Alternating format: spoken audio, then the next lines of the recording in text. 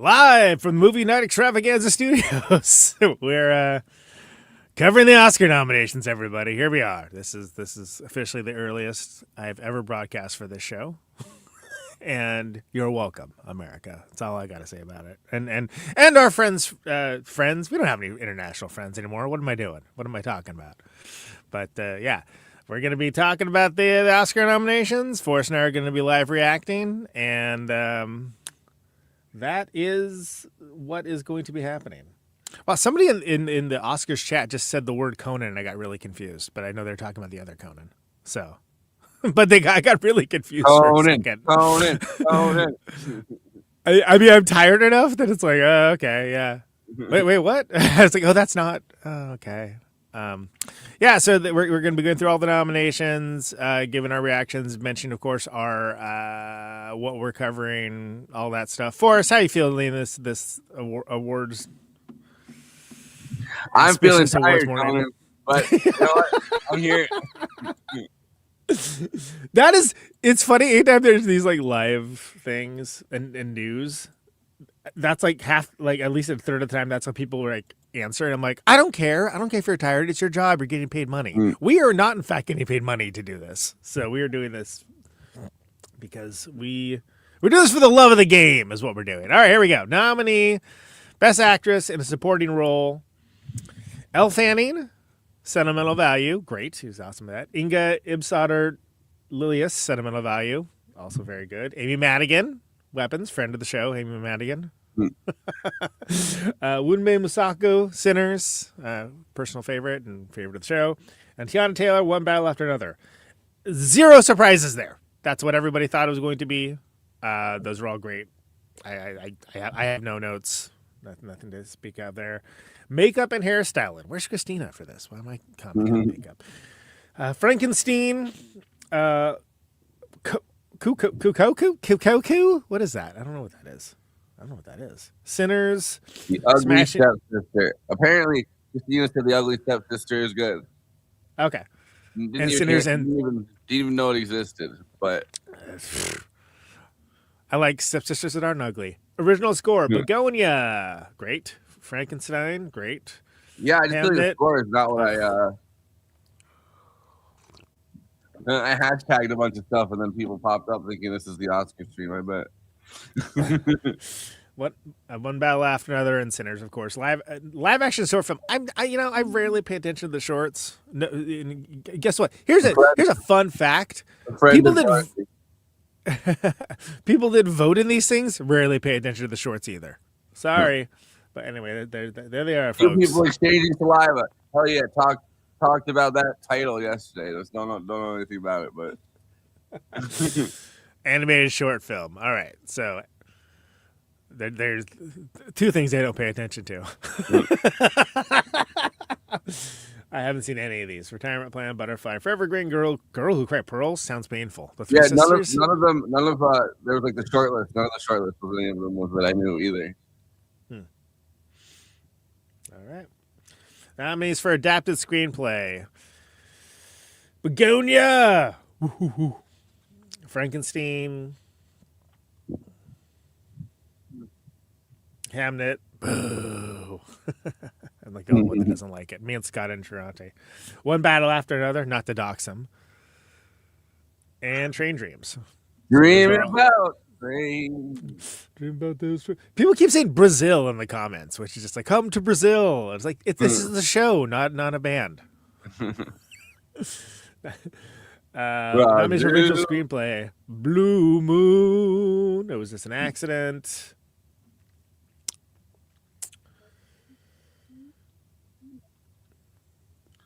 Mahmoudian. Marty Supreme. I wonder if both bronze scenes going to get nominated. Sentimental Value.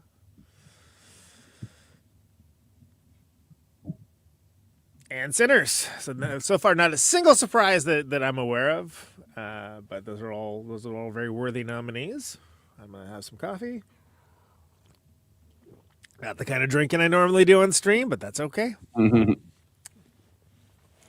By the way, weather report currently 11 degrees where I'm at. 11 degrees, everybody. Supporting role actor Benicio. Delroy Lindo. Hell yeah! Hell yeah! Oh, that's awesome. Oh wow. Oh, interesting. Okay. You like Penn. Black And Oh, Stellan man. Skarsgård. Okay, so that we might have a Delroy Lindo is a pleasant surprise for me. yeah. So no Paul Mescal, for Hamnet. Interesting. Okay, cool. I like Paul Mescal. I did not particularly care for. I didn't care for that movie, and I didn't think his performance was especially extraordinary. So I'm okay with that. So that's like the first surprise. Nominations continue. Delroy Lindo. Did you see the Five Bloods, Forrest? Did you see? Yeah. That? That was a solid movie. I thought he was so good at that. The guy I can't remember the actor's name off the top of my head. Played Clay Davis. He was one of the main. He just recently passed away, but he killed it in that movie. Yeah, God, it's been so long, and it's crazy. I feel like Spike Lee usually you'll see him. Isaiah Whitlock. I don't. It's hard for me not to think of him as going. She. Oh yeah. He just passed, right? Yeah. But he was like a big part of the Five Bloods. I thought that movie was great, and like it just whatever reason it just couldn't get arrested that year. Meanwhile, Black Klansman I didn't like at all, and like everyone, Black Klansman. I'm like, really? But that's my own personal taste. The Delroy Lindo in supporting actor, about time, man. Like, because that's someone that like has been doing the work for like years and years and years. So that's kind of cool. Paul Mescal, look, I like him. He's young. He's young. Hey, here's the thing I like about Paul Mescal. He's always like, I'm just happy to be here about everything. Everywhere he goes, I can't believe I'm here either. You know. See, that's the thing. I have part of my like brain is just competitive, but I feel like just getting nominated for the Oscars, I'd be like, yeah, it's an Academy Award. I'd be like, this is more than I ever expected for myself. Yeah, word. Well, and there's a few people that you're like, okay, you know, they're doing amazing work and they keep getting like dissed year after year after year. Okay, that's fine. That's a different story. But one of the many reasons, like I like Paul Mescal because I think he's a good actor. I did not like him in Gladiator 2, but I think he was completely miscast. Other than that, I liked him in everything he's been in. He's got a good attitude. Seems like a genuinely good dude. He's a good actor. In Hamnet, which again, to be clear, I didn't care for the movie. I thought it was okay. I thought it was. I didn't think he like did any harm, but it was like this isn't like an award-worthy performance to me. Now, Jessie Buckley, I get. It's not my favorite supporting actress. My favorite actress of the year, but it's a powerful performance, and I get why people vibe with it. And there's no movie without it. But so that one I get. But with so many strong performances, I was like, really, we're gonna give Paul Mescal? I mean, yeah, he's cool, he's handsome, but are we giving awards for that now? What are we doing here? Yes, the Handsome Awards. We'll have to do a good showing at the Handsome Awards. I feel like the practically. Remember the MTV people? Was the MTV Awards, VMAs? Yeah. What was it? The movie awards, the best kiss and all that. I was like, all right. Oh, isn't it People's Choice Award? People's Choice. That's what I'm thinking of. The People's Choice, and the people are stupid. They like. Exactly. They like that Housemaid movie. All right, so we're back. So these are going to be awards for the People's Tits. The People's Tits. Casting. This is a new one, right? So I like the people that apparently are watching this to talk shit about the Oscars. Like no one cares about the Oscars. You're watching it, dude. So we got Hamnet, Marty Supreme, Oba, Secret Agent, and the Sinners. I want to get Julia to comment on the casting nomination. That's what she does. Yeah. No surprises there. Costume design, Avatar, Fire and Ash. Those really costumes, though. Anyway, I don't know why she quit doing casting for. I would just be like, and I cast myself. I'm the Frankenstein, Hamnet, Sinners. I missed that last one because we were talking about like I didn't see any surprises there either. They blast through these so quick, man. We have to wait so long, and it's like they don't want to get back to sleep. It's like it's so early there. Original song. Here's Diane Warren, of course. The K-pop Demon Hunters. Everybody loves that. I lied to you, but also they had another one that was up, and Christina was saying maybe they'd have the other Train Dreams. So Train Dreams, that Nick Cave song. Okay, the problem is that they're gone the screen so long. If I don't read them immediately, then they're gone. Yeah. I don't know what that other one is. So that was a surprise to me. So I haven't seen the other one. Was the one with it was like the sunrise. The song was playing with the sunrise. But they just did one in Sinners. It was actually better for Sinners. Documentary feature film, Alabama Solution. Come see me. I want to see Mr. Nobody Against Putin. That looks good. Perfect Neighbor. Yeah, he's Mr. Nobody. Mr. Nobody. There he is. Give him a round of applause. Documentary short. Jesus Christ. Okay.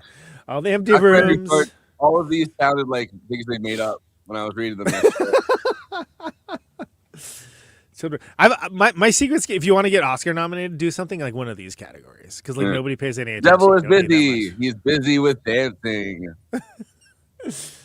Perfectly a strangeness. That was a joke I made yesterday that had Christina dying laughing. All right, international. This will be interesting. I think so. Secret Agent, that's the favorite. It was just an accident. Absolutely deserved.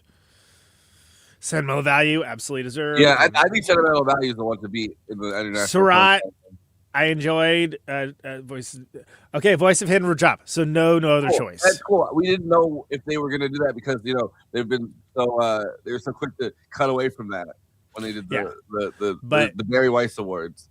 Sadly, that means no other choice, which makes me sad because that's one of my favorites. But animated feature film. You know what? Go to Animation Night Extravaganza for this, okay? They had animated shorts. The one that I had seen, Snow Bear, I really liked. I haven't seen any of those. I don't care. It's only 10 minutes. It's really good. I might educate myself before we do the picks, but maybe I don't know. I was a big fan of Snow Bear. It had me. Yeah. Production design, Frankenstein, deserved. Hamnet, Marty Supreme, One Battle After Another, and Sinners. So no surprises there. Right. Actually, Wicked kind of getting the snub, but those were all kind of expected. Wicked was also kind of bad.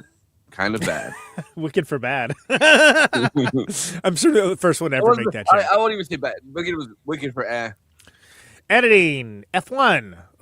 Marty Supreme, One Battle After Another, Sentimental Value, and Sinners. Okay, so again, Wicked getting the shaft. Avatar getting the shaft there, too. Sound. I love sound, personally. I'm a big fan. F1, again. Okay, Frankenstein. One Battle After Another. Sinners.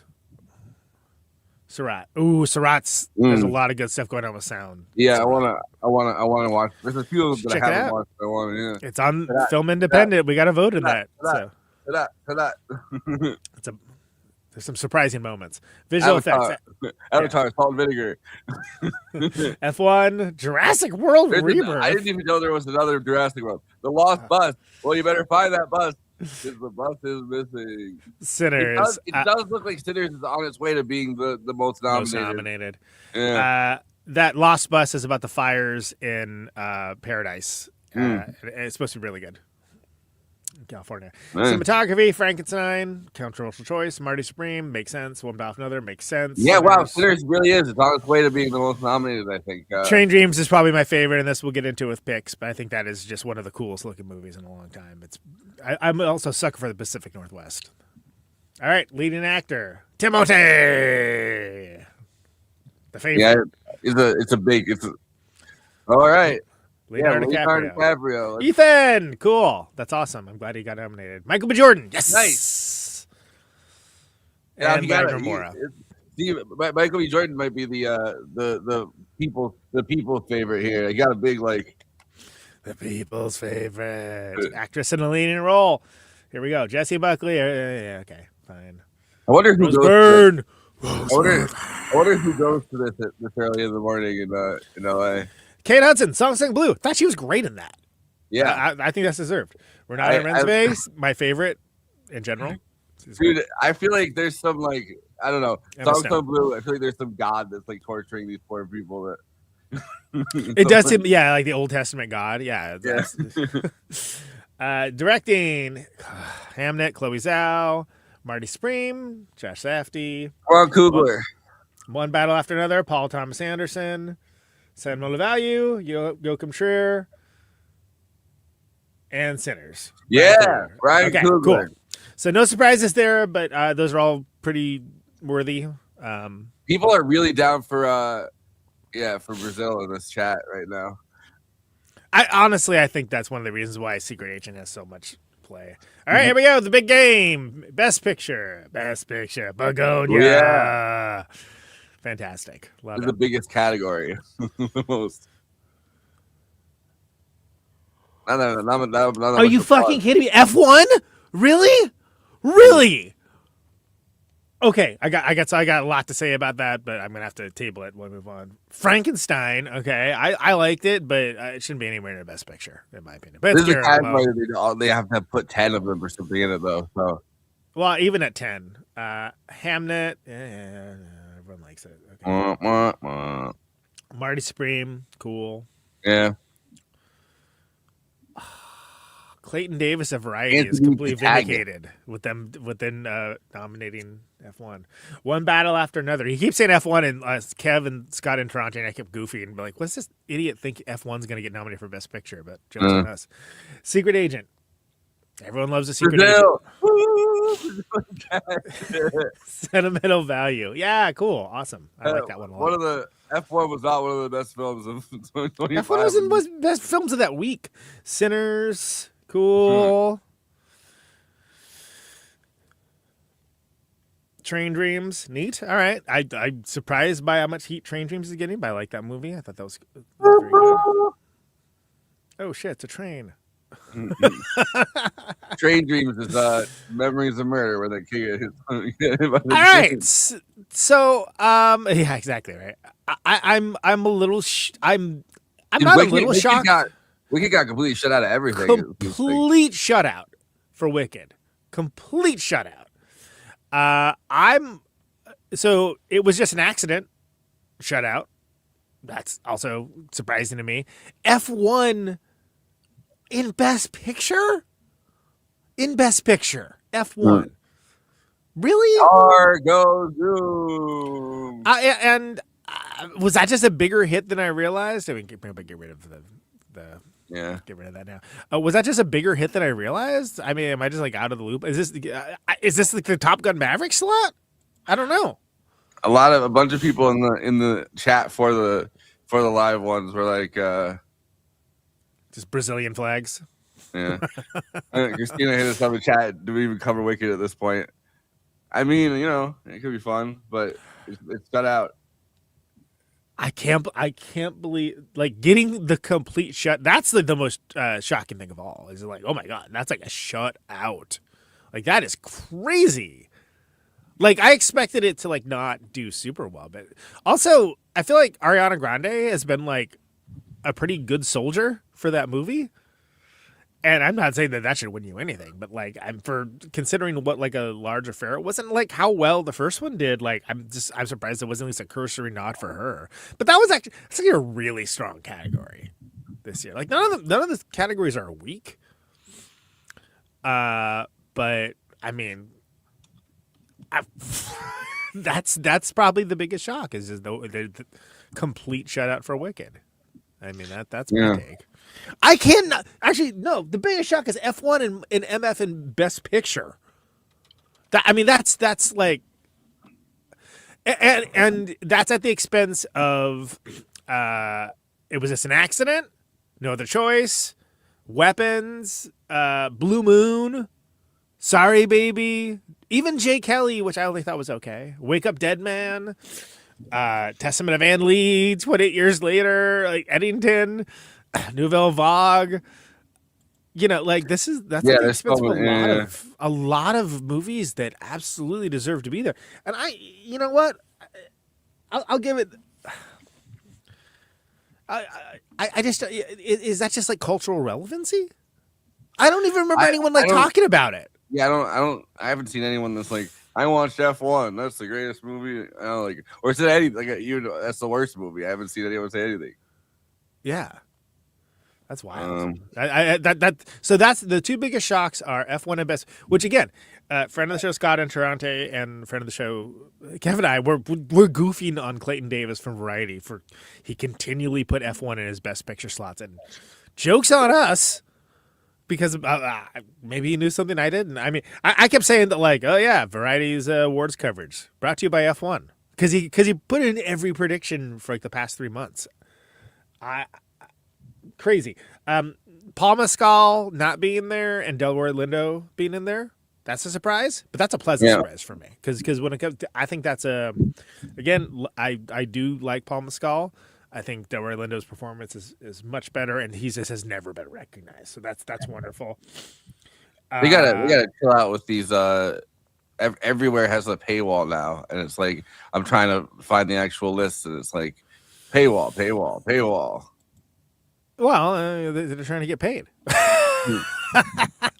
The If I Had Legs, I'd Kick You only getting Best Actress nod is kind of crazy. Kind of sucks for Ray Bronstein. That is sort of like a dude's rock category. So their affirmative action slot was Chloe Zhao, which is my least favorite out of all contenders. Although I don't know, I'll have to revisit F1. I guess I don't know. I don't remember anything about it. And that's kind of movie, like, I hate to phrase it this way. This is going to really bring up the dirtbag of the show. But that's kind of movie you can just, like, watch while wasted, not remember a thing about, and you're fine. It doesn't matter. Nothing important happened. I would never advocate for such a thing, of course. But I didn't think it was an important movie. There's nothing about it. And that's fine. Not every movie can or should be an important movie. That's not everything has to be important. No, we shouldn't give these awards for everything. A movie can just be a movie. So notable, Wagner Moura, first Brazilian ever nominated for a Best Actor Oscar. So, and by the way, sounds like we're covering Secret Agent to me because we had an open slot, and I honestly think that could be like a dark horse for a number of categories. Which is interesting because it was out of all the internationals that I saw, and it was a strong category for international cinema this year. It was like the last on my list. But anyway, thoughts about any of those things I just said, or are we still looking for a non-paywall? I'm still looking for a non-paywall because I want to see. Yeah. I want to see them like laid out in front of me. Okay. Well, here. Why don't I'll pull up the one I know, which is. I'm not gonna either give them credit, and I'm not going to alert Zach Marsh because he has mentioned this before. So store it in the chat. But yeah, I'm doing this show on my own. So let's yeah. So good for Brazil. Hold on, put it in the chat when it freaking loads. I'm just gonna put it on screen. Good for Brazil. Kind of a shutout, except for Rose Byrne for So Best Picture, Begonia, F1, Frankenstein, Hamnet, Marty Supreme, One Battle After Another, The Secret Agent, Sentimental Value, Sinners, Train Dreams. Yeah, I mean it's there's like a lot of Frankenstein is a surprise there for me too. I didn't think that best picture. I thought maybe like best directing nominee. Yeah, well, and I think that it sucks that there's an ad on it. That's what the one I picked has an ad on it. That's annoying. Guillermo is like everybody's like favorite dude. I mean, I get it. He's like one of my favorite dudes too. I think that has a lot to do with it. He also is a previous Best Picture winner. So since he's a previous Best Picture winner, I think that helps a lot. And it's, you know, whatever. It's for Shape of Water, which is not one of my favorite movies of his. But I think all that stuff kind of counts for a lot. That fish, man. But that's gonna count for a lot. And remember who's voting in this. You know, it isn't critics. These are people that are in the industry, so on and so on. And I think that's you know, that's worth mentioning. That's worth taking into consideration. No Wicked, no Avatar, but F1. I guess F1 literally is the Top Gun Maverick. It's the same director as Top Gun Maverick. Yeah, it's Kaczynski, right?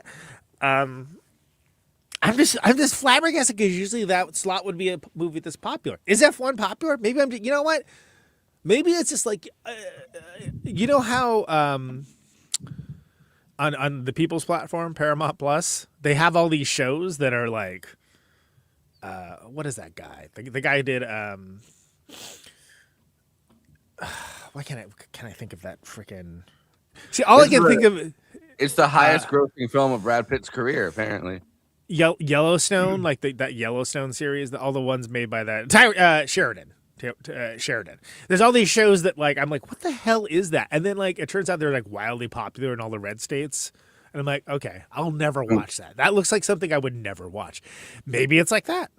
You know, I don't know. It's well, maybe it might have to do with the fact that it's an Apple. Like Apple pushed it really hard because it's one of their Apple original things. You know, Forrest, that's so smart because the thing to remember is there's usually a Netflix entry, which in this case is Train Dreams, surprising me, but in a good way. There's usually an Apple entry. Like there's certain ones. There's an A24 one, right? Remember, that's how we got Coda. Do you want Coda? This is how we get Coda. That's how we got Coda. Because Coda was an Apple Films push, and which kind of just won in as a secondary or tertiary consensus candidate. Yeah. So Frankenstein is the Netflix one. I liked it. I wanted to like it way more than I did. There's a lot of things to like about it. I did not like. Was all from Netflix. Like there's a couple of them. I did not feel that it is Best Picture worthy, personally. Marty Supreme, I enjoyed it. I don't think I go to war to it the way some people have, but I also didn't despise it the way Eileen Jones did. Not to narc her out, but we'll be talking about it. Well, she had to write a public review about how much she hated it. Yeah. So. I'm glad Begonia's in there. That's another one we're covering. So great. That's going to be good. Josh Dugan coming on for that one. One Battle After Another. Eileen Jones coming on for that one. I was actually thinking today about that's good. That's going to be an interesting one to kick things off with. That's going to be an interesting conversation. Yeah. I'm very curious to see that. It's the conversation about One Battle After Another has been very much ongoing. So I'm very curious to see like if I hashtag the right amount of stuff.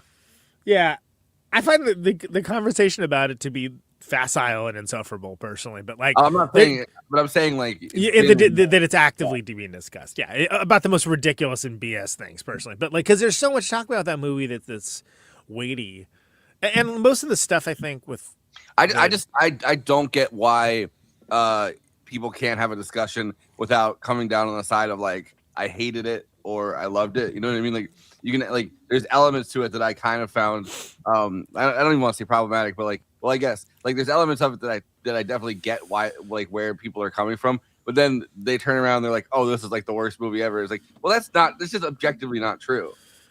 That's just an objectively false statement. So it's like, you know, like people should be able to discuss things that they found like upsetting about something or problematic without like doing like that's why I think it's like the worst movie ever, and it's like, That's why it's the worst movie ever made. Really, it's not even the worst movie that came out that week. But yeah, that's why I didn't.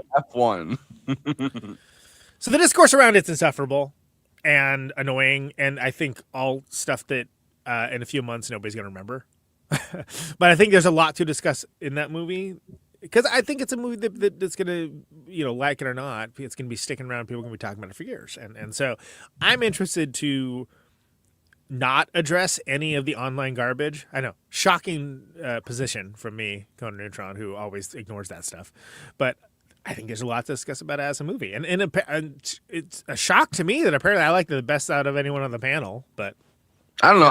I've liked it enough to rewatch it and like a bunch of I don't know. I feel like the way that like the Tiana Taylor character was kind of treated. I mean, I think Paul Thomas actually had her write her own role kind of for that. Yeah.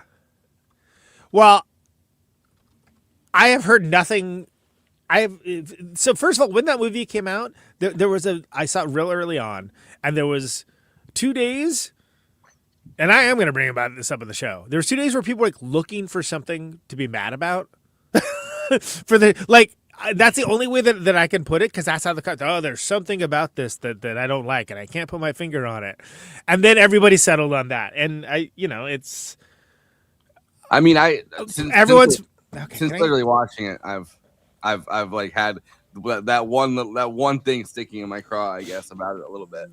But well, it's also I love Pynchon. Vineland, this is what Paul Thomas Anderson has said. It's based off of. Vineland is from the 70s. And Pynchon is like very interesting. But what he was trying to accomplish with that was to include archetypes. To include archetypes at the time were brand new. And this expectation of like, well, they're not fully realized characters. It doesn't follow the Black woman's journey. This and that. Sounds like you're asking for a different movie. And I don't understand. It doesn't follow the Black woman's journey. It's not the pejorative. No, but I have seen people say that, and like, oh, she's not a fully realized character. Okay, so that happens all the time, and I understand why I understand the frustration, but also it's throwing the baby out with the bathwater, as they say. So anyway, we'll get all it.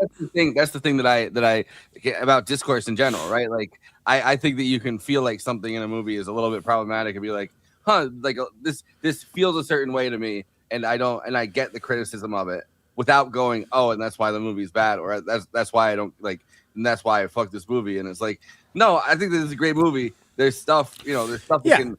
There's something that can stick in your craw a little bit, or like make you feel a certain type of way without being like, oh, and that's why this movie sucks. It's like, well, it doesn't suck. It's a good movie. That's turned into the Rotten Tomatoes of it all, right? Which is just like, it's either like up or down, and the audience's opinion is overall. No, the audience are idiots. The audience apparently went for F1. Which just got an upset Best Picture nominated. So I guess what I'm saying. Island, by the way, 1990, and then it takes place in the 80s. That makes a lot of sense to me. Why Paul Thomas Anderson would choose that, because he has this fixation on the 70s that's like that I find kind of fascinating in all of his movies. He has like this fixation on like the imagery and visualization and like culture of the 70s. So what I'm saying is we will discuss that in the movie. It will not be half of the episode discussing that, like it is for like every other show, because there's nothing to dither about. Does the director have a bit of a blind spot for non-white people? Sure, absolutely. You know who else does? The freaking Coen brothers. Like, good filmmaking is good filmmaking. It doesn't make it a perfect movie, but I agree with you that like this had some things that I didn't care for, and therefore it's the worst movie ever. Yeah, no, that's not how that works. It's objectively a false statement. Yeah. Anyway, moving on. This is the problem. I don't want to get, but I hope that we can actually have a substantive discussion on the episode. I think we can, because there's so much to discuss that isn't that one thing, which is the only thing that people are discussing. In the same way that No Man's Land, Amazon propaganda next, and it's like, no, there's No, that's not like that's. I'm curious. The thing that people don't do when it comes to, as soon as politics are in a movie, they get fixated on that, and it's like I think more than politics, the politics are kind of incidental.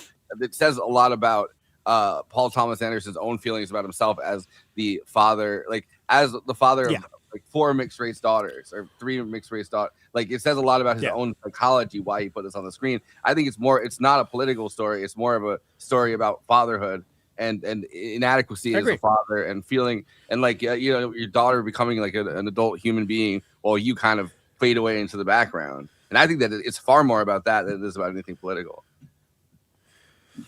I agree. So anyway, we're kicking off award season with that. That's going to be like not tomorrow at the time of this recording, and not Thief with Josh Olson, but the next one after that with Eileen Jones. I'm very excited for it, and I think we're going to be getting into stuff that no one else is, which is funny because this has become a very discussed movie, but not for many of the things I think are interesting about the movie. Secret Agent. Everyone loves Brazil. Brazil, come to Brazil. Brazil, Brazilian flag, Brazilian flag, Brazilian flag. I like this movie. This is a movie that's also a contender for the Independent Spirit Awards, so I was lucky enough to see it. It's very difficult to see it. It's long, it's shaggy. Wagner Moore's performance absolutely grounds it. I'm curious how you two will react to it. Not you two, the band. You two, being my fellow podcasters, will react to it because I get it, and I guess I especially get the Wagner Moura nomination because there's like it's very much centered around the performance, not in the same way Rose Byrne is, but like in a similar way, and. I don't know. People are saying it's a dark horse candidate for Best Picture, and I guess it's just because everyone's in the comments shouting Brazil. I don't understand. Like, I mean, Brazil. Exactly. We're big Terry Gilliam fans. One of my favorite movies of all time. So yeah, Secret Agent, Sentimental Value. I loved. I thought Sentimental Value was great. Out of the internationals, that was probably my favorite that was nominated. Really powerful. Stupid ad. Sinners, we were early on that train. We'll continue to be. Speaking of trains, Train Dreams. I like that basically more or less an elevated art film is in Best Picture. That's neat. Are we going to cover it? No. But maybe in the future. I mean, I think it's a beautiful movie. So director, we got Chloe Zhao, Josh Safdie, Paul Thomas Anderson, Joachim Trier, and Ryan Coogler. Anything to say here? I mean, that's all the people I thought it was going to be, frankly. Yeah. This is going to be interesting. I did not expect. I mean, I don't even know fucking anything about F1 or anything like that. But there's so many like random things in this Oscars that I feel like. Yeah. But yeah, I think. So for director, I mean, those are all the ones. I hope Sentimental Value gets something. I mean, maybe it'll get Best International, but they might also give Best International to the Secret Agent. Well, how about for director, which is what we're talking about? Is that's it? Do you feel like there's any surprises there? I don't feel like there's any surprises there. I think that's yeah. I thought it was gonna be. I don't feel like there's any surprises. I'm glad Coogler got in. If nothing else, he at least gets nominated. I feel like this is Paul Thomas Anderson's to lose. We'll talk about it with predictions, though. Leading actor, I mean, it's between Timothée and Leo, right? I mean, that's really what it comes down to. I'm really glad. Sinners was supposed to. They were predicting 14 nominations or 15 nominations for the most. It's that would have been a milestone that All About Eve had hit, Titanic had hit, and La La Land. 16 nominations. So that's awesome. It's 2 above anything else that's ever been nominated for anything. I love that. And no matter how the results turn out, it's always going to have that, which kicks ass. I love that. Yeah. Well, it's funny that it's always going to have that, and then it's always going to have the audience, which box office achievement award, which I like. But it's like it's interesting. It's getting these like your movie made money. That's that award. And then we need that's what the money's for, John. Oh, yeah. Thank you for that. So best actor, I think, and we'll talk about it with predictions, but Timothée and Leo, I think it's between those two. I love Ethan Hawke is in there. I loved his performance in Blue Moon, and I've thought about it a lot. And I think it's when you think about actual acting rather than just like a person being a dude, great. Michael B. Jordan, I was ecstatic to see him 2 roles. Should have been nominated twice. Michael B. Jordan and Michael C. Jordan. Michael C. Jordan, and then Wagner Moura, who has been kind of like one of the secret success stories of this award season. I don't have anything negative really to say about Secret Agent, other than the fact it's way too long. But that movie doesn't exist without that performance, and he deserves to be in there. So all 5 of those very deserved, very very stoked on those. Anything to say before we move on that one? No. Timothée, yeah, he does a good job playing an insufferable Pratt, Yeah, I mean, I find it's interesting. I mean, it just seems like blinding yourself with extra steps, but it's interesting. He wore contact lenses to fuck up his eyes, and then glasses on top of it, so the glasses would have to fix his eyes that he fucked up. Did we? Did we even like let Christina know the? Anyway, whatever. It's fine. We're almost done here. Well, she said yesterday she wasn't going to come on because she said she was streaming at night, which I think she ended up not doing. But yeah. Well, so best actress is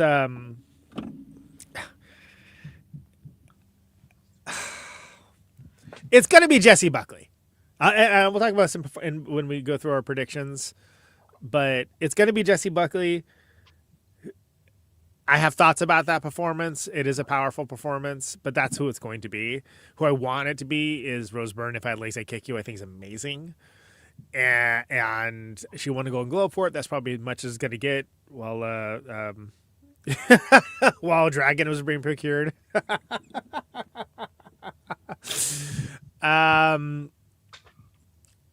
Kate Hudson in Song Sung Blue, like I said, I thought she was fantastic in that, and again, actual acting, other than like being, oh, here's a breathtakingly beautiful woman, it's funny to be like, oh, she's so she disappeared into the role. Oh, I mean, she looks like a regular human, she doesn't have a bunch of like lip filler and freaking, she like whatever gained 10 pounds for the role or something. She honestly, she looks like people like people do around here, it was like, which was awesome. She's like in Wisconsin. It's pretty funny that she's like, oh, I'm gonna just look like someone from Milwaukee, and it's like, well, nailed it, I guess. Like, she killed it, But it's so that part where the second car hits the fucking house, and she's crazy. She's just going out for her flowers. It's crazy. I was shocked at how much I liked that movie, because that was when I was like, oh, fine, Song Sung Blue. I thought it was, and it was very uncynical too, and that's something that I thought was interesting as well. So I think it's cool that she got nominated for that. That's as far as that's going to go, I think. Renata Renzi, I've been a fan of hers since Worst Person in the World, which is the last Joachim Trier movie. I think she's wonderful, and I think the only English language performance I've seen her in was A Different Man, which just was not paid attention to by the Academy in any way, shape, or form. But I think that was the better Sebastian Stan movie that year. But of course, being The Apprentice was a way to slag off who without it being overtly political. But I think she's amazing in Sentimental Value. I think she's an amazing actress. I love to see her in there. Emma Stone, Begonia. Look, we'll talk about when we do that episode. I get it. People are so annoying thing, and I'm going to address this when we talk about that with Josh. People are saying, "Oh, it's a Yorgos return to form." Return to form. What are you talking about? And what that means is like people that nobody saw like his last movie. That's what I mean. Because people didn't like Kinds of Kindness, and weirdly, a bunch of people have retroactively decided Poor Things is bad. Idiocy, by the way. Yeah. But like return to form. But put this way, Dogtooth is like one of my least favorite Yorgos movies, as is The Lobster, and I still like those movies. as much as one can like Dogtooth. But I think he's gotten better. And people are like, oh well, it's not as good as like Lobster. I think Lobster's fine. It felt less like a return to form and more like a completion of like a project that he's been working on for quite a while. If anything, like I think that Poor Things probably was a bit of a departure for him, but that's just because it wasn't this. It's not very grounded, It's but it's whatever. I mean, we talked about Poor Things is doing just fine. We talked about that ad nauseum that year. That was crazy.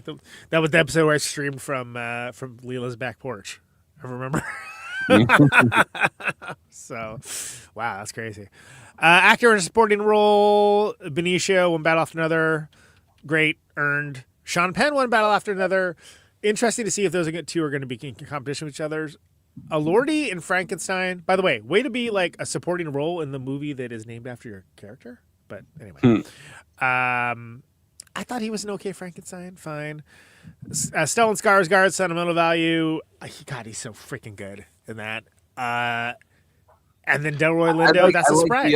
I'm pleasantly surprised about Delroy Lindo. I liked that. I said it yesterday, but there was a thing where Bryan Cranston, for some reason, introduced doing the Q&A for Sentimental Value, and I was like, I don't know. I love when an actor that isn't in a movie and isn't even in like contention for this year is like, oh, we'll have him introduce the thing and ask questions. Stepping in, he probably just liked it. I mean, the Stellan Skarsgård character is basically Ingmar Bergman.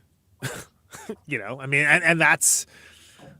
It is in a way an actor's movie and a director's movie too, and it's amazing that Joachim Schur is like still pretty young filmmaker. Like he hasn't made that many movies. Now I've only seen this in Worst Person in the World, both of which I loved, but I was shocked by how much I liked it because I actually liked it better than Worst Person in the World, which I loved. But anyway, so that's what that is, and so we'd like to welcome our other Chief Awards correspondent, Christina. What the fuck? What is this? What the fuck is this? What happened here? Why Kate Hudson? Why Avatar? It's just CGI. We all know Sinner's getting 16 nominations. Only probably going to win 2 awards. So first of all, this is F1 Nation here, and we'll accept no slander of any kind. I don't mind that Kate Hudson got nominated. I think Kate Hudson was great in the Song Sung Blue. In fact, we just went over it. I think that's as far as that nomination goes. But I think it absolutely deserves to be there. I just don't understand why Wicked for Good got shut out because I was told everyone's like total shutout. Everyone's like, the first movie, but the second one's darker, more serious, more undertones. It's definitely a shoe-in for nominations and shit. And it's like, it's also a less strong story. Well, and I said early on that I thought Ariana Grande was a very good soldier for the movie. She was the one doing all the press, and it's her movie. It's Wicked. It's Glenda's arc. But also, like that, I hate to put it that way. In a strong year, and this was a strong year. I don't think that matters. You know what I mean? So, also, because she's up against. All right, so who else is that? First of all, Jessie Buckley, Hamnet. Again, I got strong feelings about that performance. I get why people vibe with it. I think it's a little too extra. Rose Byrne is amazing. If I had lazy, I'd kick you. I don't think she's going to win, but probably my favorite. Renata Rensve, amazing. Sentimental Value being a non-English movie. I'm glad she's nominated. That's probably as far as it gets. Emma Stone, there is no Begonia without Emma Stone's performance, right? So this is a strong category. And I actually think that Kate Hudson in Song Sung Blue, she shocked me. Because first of all, she's acting so great. Like, other than just being like, oh, pretty girl, right? Other than being Goldie Hawn's daughter and being in a rom-com or whatever. But I'm glad Song Sung Blue got something. And if it's going to get something, Kate Hudson's performance is a good one. Which I know Goldie. Apparently, there's drama going on because the actual there was like another. I'm going to interrupt you just to finish the last part of my sentence, which is that Kurt Russell and Goldie Hawn have been campaigning hard for her. So I think that's why she's there. So her parents. No, I was gonna say apparently there's drama where there was another kid that was the son of the guy in Song Sung Blue that apparently got completely cut out of the movie, and he's now going on a rampage to be so like mad. to be like, I was cut from the movie. They don't even mention my existence, and I was there the whole time. No, nobody cares. But that's funny. I mean, people barely saw the freaking movie, even around here. Yeah. It's like it takes place in Milwaukee, guys. Come on, what are we doing? It would be funny though if they had the son in the movie and the test screening was like, can you get rid of that kid? No, can you abort that kid? Yeah. So what's funny, and I couldn't see it because I was on tour, but like Jackman went to that custard place. Sorry, spoiler to everyone. There's a custard place that features prominently in Song Sung Blue. Wow, why would you spoil this important location, Conan? People got to find out for themselves. But like, I was like, why is he at a custard place? Like, I didn't understand why. And then I was like, oh, okay, I get it. Like after I saw the movie, but I thought it was good, man. I don't know. Like it was a very uncynical biopic that is about people that are not famous. And like, I'm okay with that. He turns out he was allergic to custard, and that's why he. that's why what went down. Would have gone down differently if I was there and I had made that custard. So we're just talking, Christina. We were talking about actor in a supporting role. The big surprise here. I was so Delroy. Yeah, Delroy Lindo, and he improvised that fucking speech in the car when he's driving in the car with them, and he gives them that whole. You hear the sounds in the background. Apparently that was a 3-minute speech that somebody had written up, and he kind of like Ryan Coogler went like make that speech your own a little bit. So he ends up like moving the lines around, and then they were going to cut the speech, but at the last minute, Ryan Coogler was like, "No, let's keep that 30 seconds of it because it's like so good." And that was the 30 seconds that he managed to improvise in the car. So this, for most of the season, this has been the Paul Mescal slot. And I'm glad he's not in there. I famously, I did not care for Hamnet, but his performance is okay. I think he's okay in that. I think that Paul Mescal has been amazing in some movies. Hello, Aftersun. And I really like him as a guy because I think he has the right attitude. He's like, I'm amazed I'm even here. You know, he's got a good attitude about it. And I think he's not good in Gladiator 2. I think he's just miscast. So getting Delroy Lindo, who did you see The Five Bloods, Christina? Yeah. I mean, he's so amazing in that, and he's one of those guys. He's been doing the work for years. So to see him nominated, it's great. Yeah. Well, it's funny. Well, you know, they say like whenever they do like a lot of people like, you know, here's who they've cast as sitters like in the early 2000s, the late 90s, and Delroy Lindo as Delta Slim is always the same. Like they never find anyone else, any actor to play that character. It's right, like, because he was like a slightly younger version of the same guy too. Yeah, like how could it be anyone other than him? And that's a sign of a good supporting performance too. Yeah. He's and he's been around long enough. He's 73. That's crazy. What? Yeah. Damn. And apparently Delroy Lindo's British. I didn't know that. He was born in London apparently. So we're gonna keep going with what we went through already, Christina. Then we'll recap for you with the ones you missed.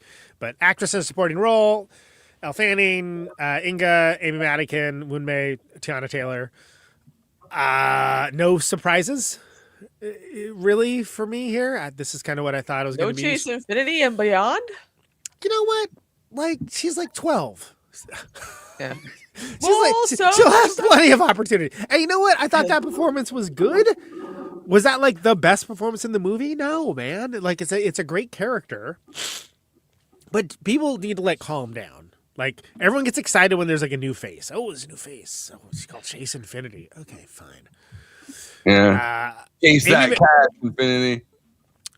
Amy Madigan, Oscar nominee Amy Madigan for Oscar nominated movie Weapons. Great. I'm all about it. I think it's interesting that. Wait, most nominated film, right? After Sinners, One Battle After Another, 13. Frankenstein, 9, Marty Supreme, 9, Sentimental Value, 9, Hamnet, 8, Begonia, 4, F1, 4, Secret Agent, 4, Train Dreams, 4, Salt and Vinegar Chip, 2, and K-Pop Demon Hunters, 2. So, staying on topic for actress in a supporting role, I think that this is interesting. I didn't expect the Golden Globe win for Tiana Taylor, but okay. But anyway, we'll get into it with predictions. Anything to say here? Otherwise, let's move on. Okay, silence equals no. And or nobody's paying attention to what I say, which is more likely. Adapted Sorry, screenplay. my cat. Pain in the ass. I was I think paying this is- attention. I was paying attention. I just shook my head. No. Okay, well, I'm reading. Sorry. And also trying not to sneeze. I don't know why I'm sneezing down here. But anyway, adapted screenplay. This screenplay, of course, is where they usually give awards to the quote unquote weirder movies, right? Because that's Yeah. a way to honor them without, while still being elitist. So Begonia, Yeah. great. Frankenstein. Yeah, I mean it's adapted screenplay, right? Hamlet. I would say the most adapted of the Frankenstein. I agree. He actually monologues. in it. Hamlet, I hate to say it, the heavy favorite. I did not like that movie at all, but we'll get into that.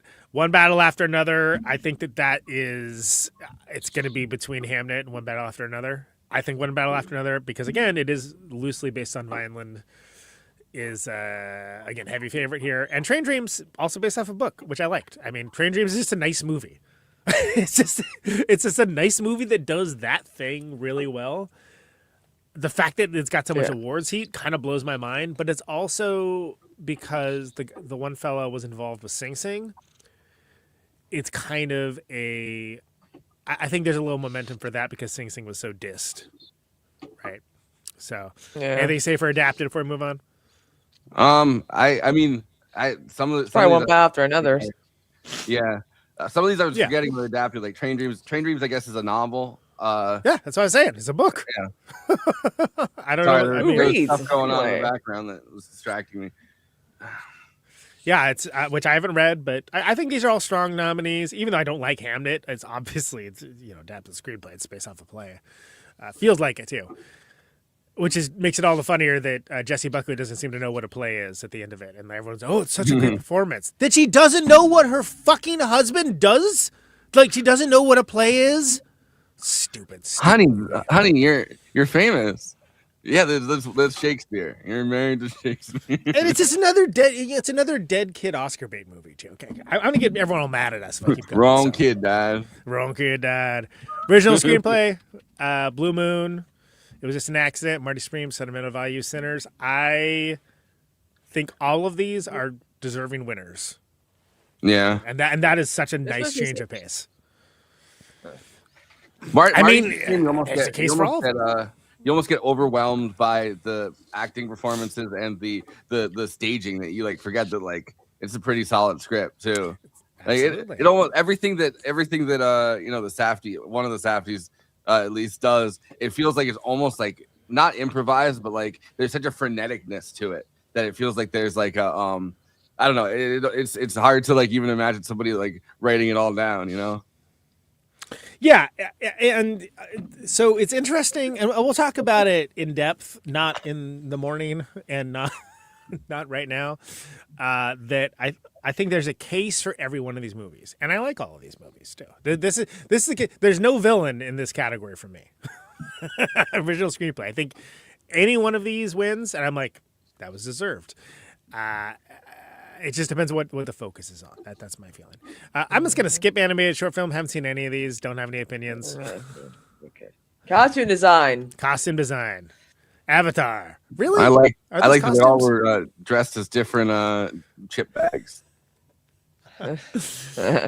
Yeah, everyone's like, well, you don't understand the tribal costumes. I'm like, but I'm like, are they not CGI? Or are they putting the costumes over the outfits they wear for like the CGI? I'm like, what, why? It's like nominated for best makeup. Did they get Yeah, best I makeup one year? mean, Stuff. we'll get to that. Hello, Wicked? Anyone? So No? costume design for Avatar blows my mind. Marty- Frankenstein. Yeah, good.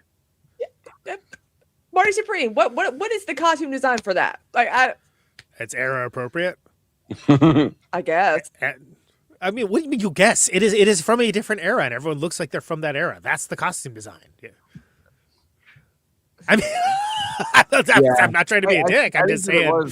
I think that the costumes in that are pretty good. Yeah, it's not of the current era, right? People aren't just wearing street clothes. So, I mean, whatever. It's surprising to be nominated for that because it's like it's a period piece. Like, whatever. Okay, good job. But like, okay, people like Marty Supreme. Okay. They really look. You made Timothée Chalamet really look like he was from the 50s. Yeah. Okay. The 50s. Agnes The Garza. 50s. Hamnet is a period piece. It does look good. Of the many problems I have with that movie, costume design is not one of them. I just don't want it to be there. Frankenstein, yeah, good costumes, sure, okay, fine. Sinners, obviously great. You know, all right. All that Achievement, blood on them costumes. the cast award. Interesting. Hamnet. This does not. Sorry. Peace and love in my heart. Hamnet does not deserve to be in casting. Sorry, We can and keep I on will that. not elaborate at this time. But Like, that's just because it's fresh in people's mind. Oh yeah, that one's good. Marty Supreme. was it though? No, I don't know. Again, here's my theory. By the way, it's people that are parents voting for Hamnet. Yeah. It's a I mean, I I read just- Shakespeare once. I would be very curious Or to see Shakespeare fans. how achievement and casting is, like how they decide the nominees, because it's like Brandon? there's only so many. There's only so Like many. Kevin O'Leary, they want to give Kevin O'Leary that Oscar for Marty Supreme. Am I right? But there's only so many. Like I feel like casting directors, maybe. So maybe it's like one from each agency or something like that. Or Well, maybe it's somebody everyone knows, or like they cast me in this. But like that's how I would do it. I'd be like, remember who cast you. If I'm up for the Well, it'll be interesting when we do our picks because we don't know what this category is going to be. It's new, right? It could be anything, and there's ways to interpret it. Yeah, it's like But almost like the equivalent to the whole like box office achievement award at the Golden Globes. To a certain degree, yeah. So this is between Oba and Sinners, both of which I think have incredible ensembles. Secret Agent. Here's what I'll say, and I think I'm the only person that's seen Secret Agent of the three of us. The casting's the least important thing of it, other than the fact that they got a bunch of nobodies, basically, that are like they look like they're those people because in a lot of cases they are those people. So It'll what be makes interesting, like going forward, if that's like one of the metrics that people choose. what makes that movie work is Wagner Moura. That's the only reason that movie works. But then, yeah, there's a mindset of, well, if you didn't have a bunch of like just regular people in those roles, then so many aspects of what makes that movie interesting wouldn't be interesting.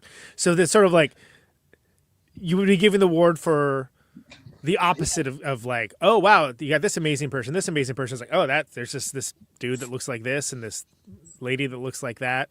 You know what I mean? Where you're just that is a decision. You're making a decision to cast.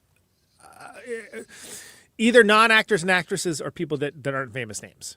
Well, But we don't know. We don't know what this what is this award? We don't freaking know, man. Well, a big Is it like part of another? the- Is it just equivalent to an actor award for best ensemble or what? Yeah, exactly. Are we trying to award a movie that has actors and actresses in it that we're going to give this as the consolation prize for not being individual nomination, or is it Hello.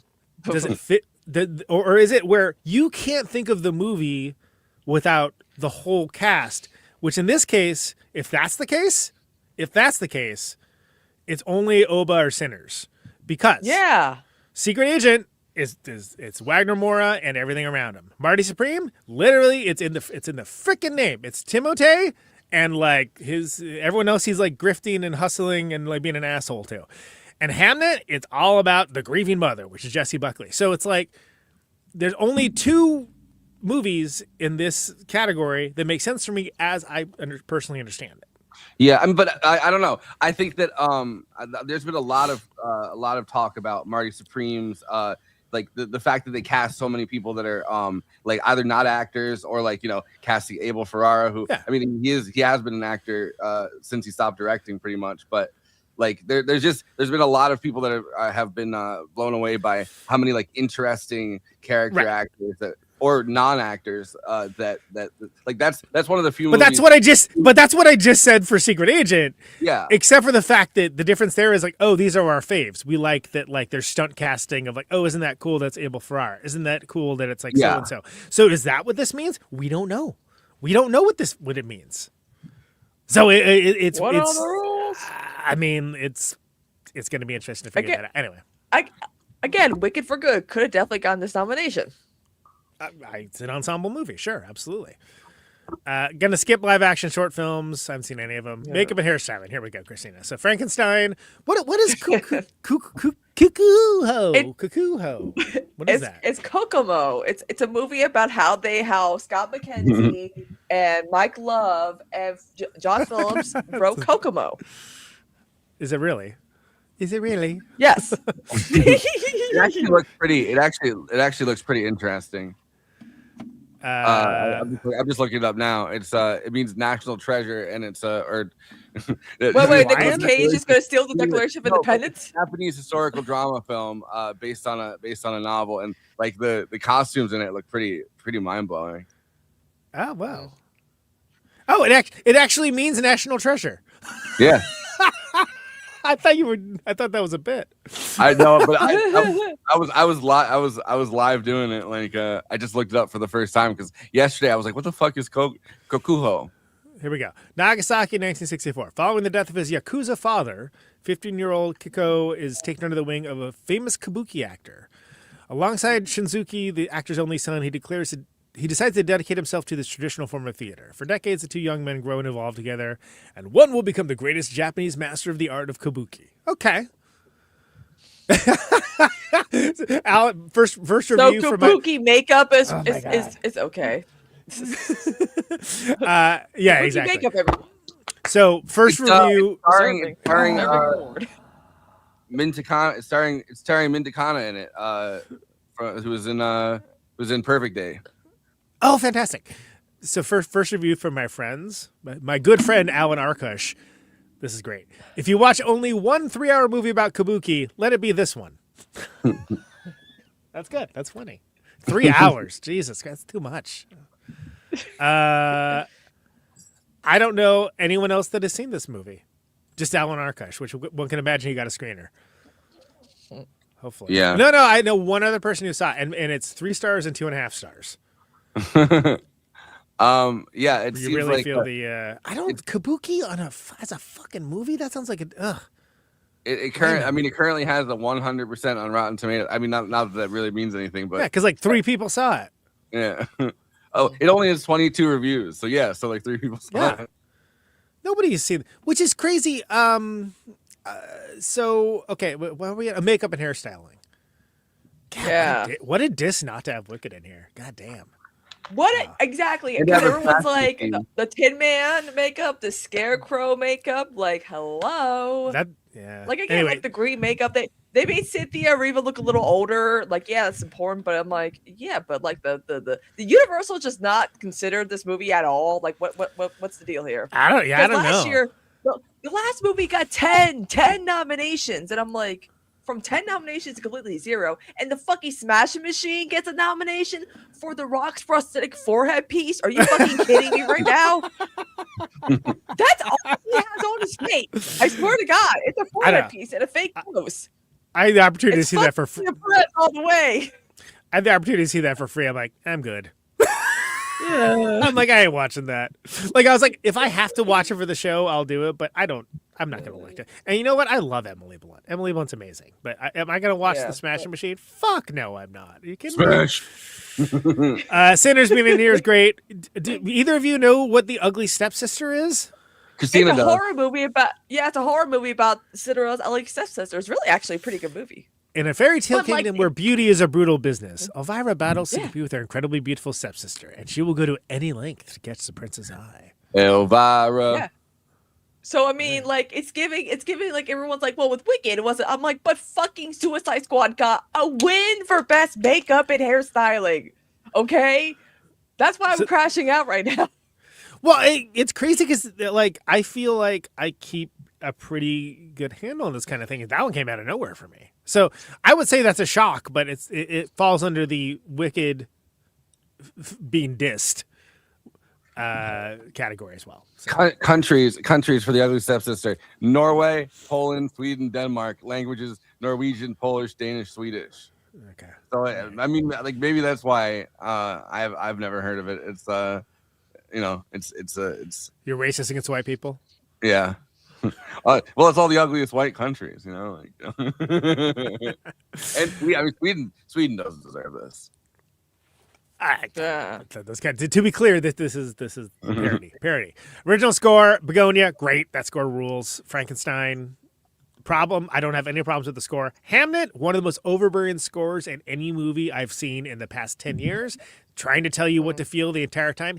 Hated it. All right, I'm going to say it again, uninterrupted. I hated the score for Hamnet. I think it's a perfect example of, again, the music tried to do all the heavy lifting, and it did not work. So just gonna put it out there. And such small portions. And so, One Battle After Another. That's Johnny Greenwood's score. Amazing.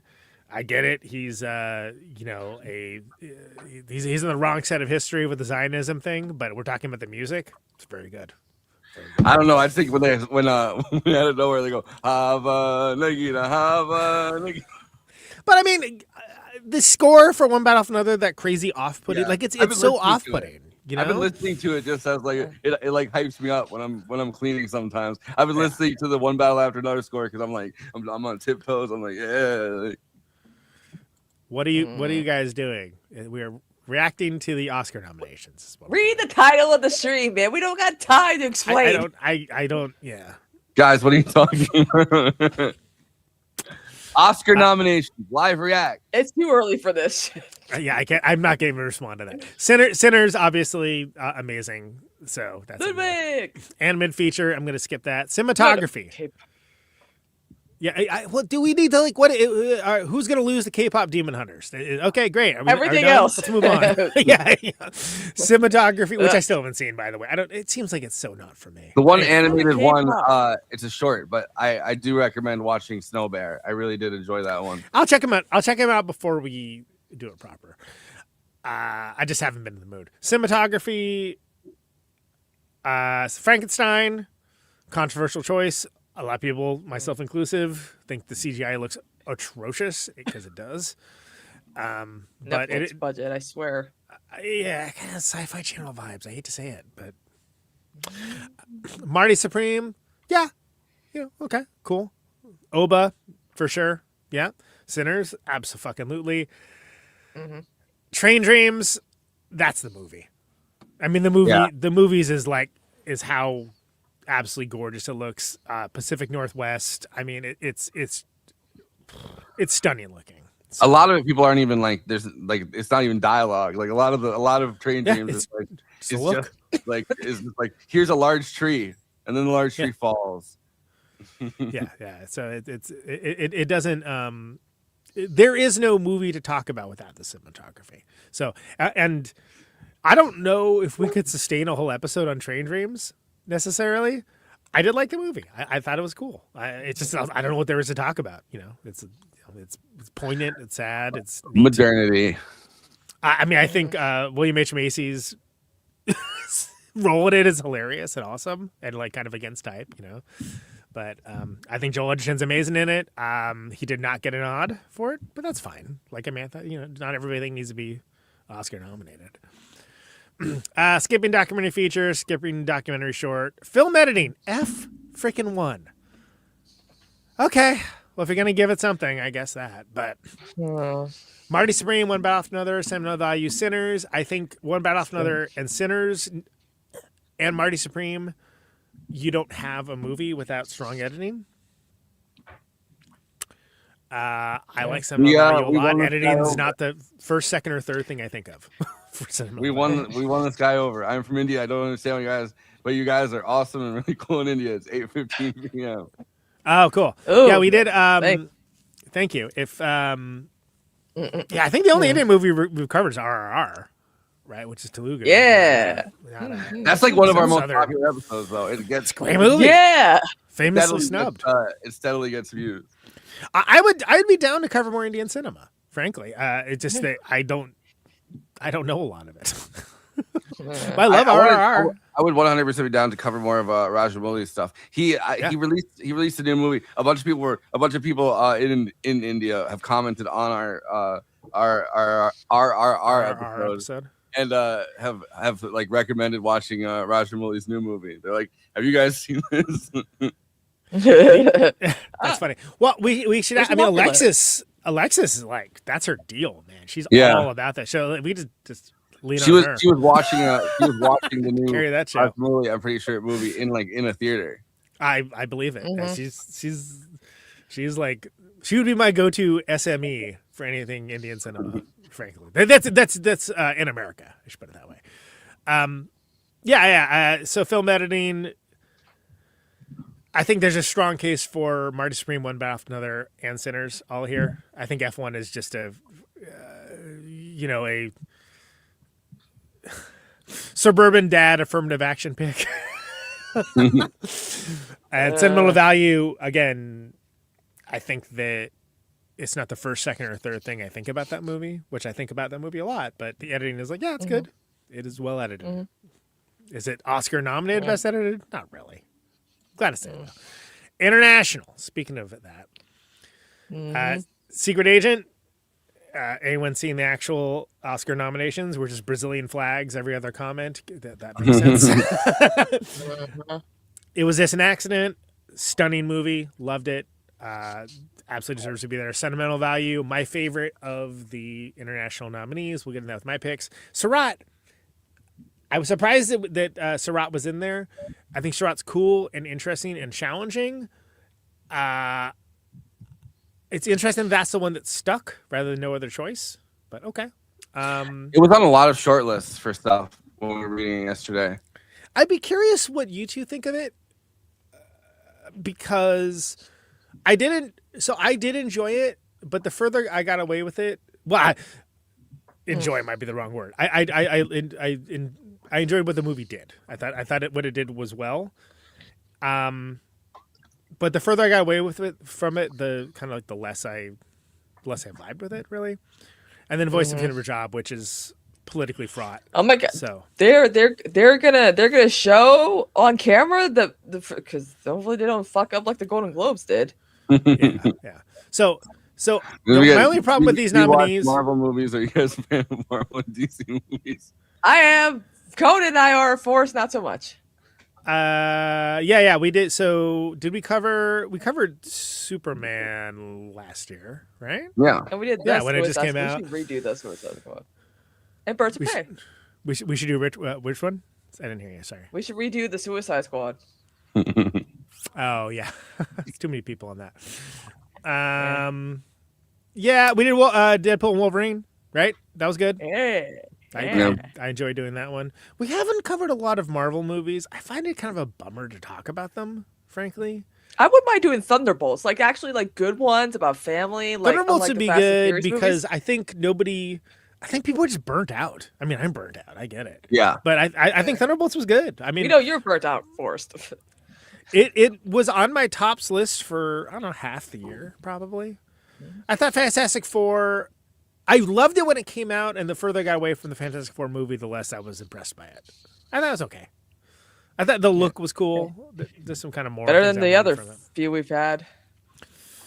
Yes, we are from the USA. But in the USA. I just watched that.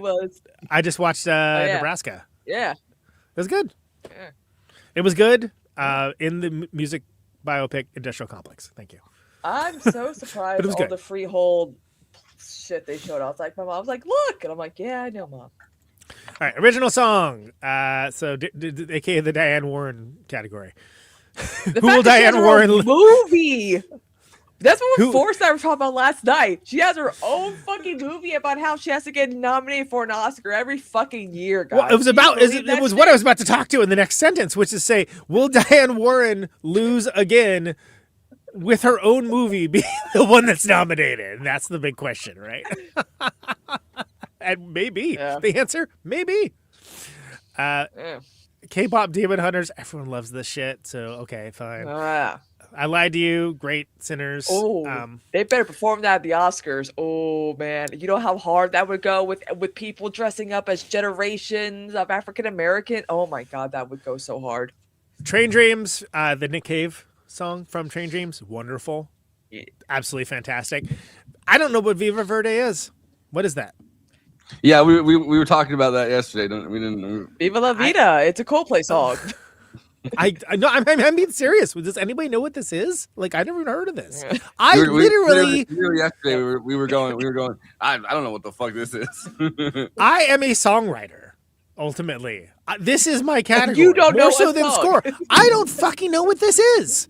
All right, an So, intimate all right. glimpse into the lives of celebrated opera singers and musicians currently living their third act while mentoring international music students who live among them. They live among us at Milan's unique retirement home, Casa Verde, built by Verdi in 1896. Okay. I'll guess I'll watch it. Yeah. All right. That sounds interesting. Anyway, production design. Frankenstein, Hamnet, Marty Supreme, One Bell After Another, Sinners. We got to step this up. I only got 10 more minutes. Marty Supreme. Production design. I mean, it's again makes it look like 1950s. I'm not mad at any of these. We'll get into it with our picks. I think these are all worthy picks. I don't have anything to say. Sound, F1, Frankenstein. The cars did go zoom, and we did hear them. One battle after another. Sinners. I'm going to go ahead and say, as anyone who's seen Surratt, sound plays a very important factor into Surratt. So it's interesting that's in here, but that's worthy as well. Yeah, we'll get into it with our picks. We don't need to put it all out there right now. There's nothing egregious here. Visual effects, Avatar, Fire and Ash. That's what that movie is. They're all visual effects. F1.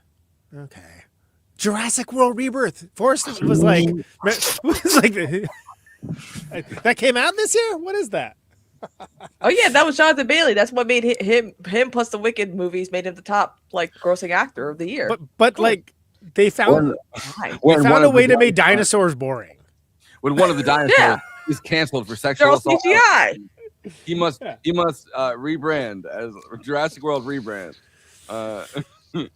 Yeah. So okay, Lost Bus. I was trying to get this out during when they're being nominated, but they were going so quick it was hard. That is a biopic about the Paradise Fire in California and an actual rescue effort. The one that killed David Lynch.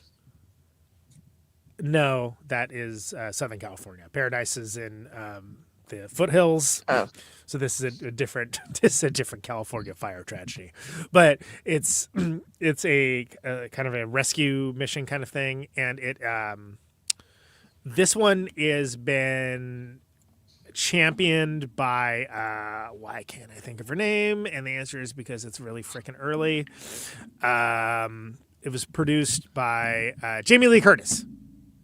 She found this real life story like super interesting, and got together with the guy from Blumhouse, actually, and they got this made. I haven't seen it. Matthew McConaughey, an American Ferrera, and I don't know any of the other, and apparently Matthew McConaughey's son plays the son. So I imagine there's lots of fire effects because it's literally about like a horrible fire that like decimated a foothill town and like killed a bunch of people. That if you remember, that's the one that like Trump and Gavin Newsom made like a joint appearance, and that was like the budding relationship between those two dudes. That's where all that started. It was nominated for the AARP Movie Award, something I did not know exists. Okay. And then Sinners. So visual effects. I mean, if Avatar is going to win anything, it'll probably be that. I don't know. Can you guys guess what won the AARP Movie Awards? That opera movie we just talked about. No, no. Sentimental Value apparently won. Oh, that makes sense. Yeah, that makes sense. So let's go. Let's recap real quick with the ones that Christina, who didn't get to join us, missed. Did we talk about supporting role actor, Christina, with you? I can't remember. Yeah, you did. You discussed them all We did with me. actress. Oh, Delroy Lindo. That's what we started with. Okay, so that no, we started with actress in leading role. Okay, so actor in a leading role: Timothée, Leo, Ethan Hawke, Michael B. Jordan, Wagner Moura. Any thoughts there? It's probably gonna be Timothée. Yeah, I mean, you don't have to do predictions. I'm just saying that we're just talking about the nomination. Like, we'll do predictions I mean, later. it I makes just want to make sense. sure you get a chance to opine on this. Yeah, these nominations make sense. Yeah, I think so as well. So, best director, they put Abroad in there. They have Chloe Zhao, so they figured that's Put one is Broad good. in there. Broad. I want best directress. It's just That's Safdie, Anderson, Trier, Kugler. No real surprises there. I think all those are worthy. I think one of the weakest things about Hamnet's the direction, and I think I'm coming to terms with the fact that I don't think Chloe Zhao has the juice, frankly. But that's neither here nor there. We'll talk about it later. And that seems to be a minority opinion. Pretty good. That's the only thing I can. No, I said Nomadland was pretty good. That's the only thing I could think of off the top of my head. Though. Nomadland's the only thing I really like by her. So, all right. So, best picture. Obviously, you got thoughts about certain omissions. We got Begonia, F1. Okay. Frankenstein, Hamnet, Marty Supreme, One Battle for Another, Secret Agent, Settlement of Value, Sinners, Train Dreams. So, no, it was just an accident. No Wicked for Good. No Other Choice. No Avatar, thankfully. No Blue Moon. No Sorry Baby. Jay Kelly. What are your thoughts on Best Picture? We'll close out with this. Or I am anyway. Again, it's just so crazy that I guess maybe it's the sequel fatigue. I mean, maybe they should have just made Wicked a 6-hour-long movie with a 15-minute intermission, and maybe something would have been different. I don't know, but like, I don't know. Yeah, it's just so weird. It's just so weird. It's just so weird. Like not even anything technical. Like, I don't know. It is a pretty stunning diss, I will say, and I was telling Forrest that among myself, Kevin, Scott, and Taranti, we were goofing on Clayton Davis from Variety, constantly including F1 in his picks. Well, knock me over the feather because he was right. He was right, and we were like F1. Blah! Yeah. Apparently, there's a lot of Testament of Ann Lee fans that are pissed that I got shut out of the. I didn't even know that. Becky Rice. So Testament of Ann Lee. That's Brady Corbet and his wife, whose name I can't recall. That's their new joint. Yeah, and apparently it's quite good. Becky Rice was like glowing about it. She's like, it's really good. Okay, great. Films that received 0 Academy Award nominations. Obviously, Wicked, Jay Kelly, Sorry Baby, Testament of Ann Lee, No Other Choice, Springsteen, Deliver Me from Nowhere. Surprising that I didn't get any. So pause that real quick. Sorry Baby. You can't just rattle them off like that. You have to give us a chance to react to them. Sorry Baby, amazing. Not surprised it wasn't nominated for Oscars. I'm glad it got a Golden Globe nomination. Right? Yeah. Ava Victor's amazing. Got a couple, right? A couple, yeah. Not surprised by that one. So I'm sorry. Pick up from Sorry Baby because that's like okay. Testament of Ann Lee, No Other Choice. No Other Choice should have gotten at least international. I think Park Chan-wook got dissed so hard for Decision to Leave, which is great. It's like his Vertigo. It's like a Hitchcock movie. But Park Chan-wook has like he's like permanently on the diss list. And yet everybody loves Old Boy. Handmaiden is his best movie, but like that got dissed too. But that was a year. I think that was the Green Book year, if I remember right, which is like everybody got dissed that year. Well, it's crazy too. Like with director, like a lot of people are like, "Wow, John Chu got a lot of like wins for Wicked," and it's like, well, he's apparently going to be directing a film adaptation of Andrew Lloyd Webber's Joseph and the Amazing Technicolor Dreamcoat. And if there's one person who's the perfect choice to direct that bombastic biblical tale, it's him. All right, well, not be seated for that, but good for him. That's what I say. It's a good one though. With every song, I've seen it. I saw it. I've seen an actual performance of it. I mean, I'm familiar with the story. I'm just saying I don't want to watch it. Okay, you know what? All right, maybe I'm being close-minded. There's a way that it could be cool.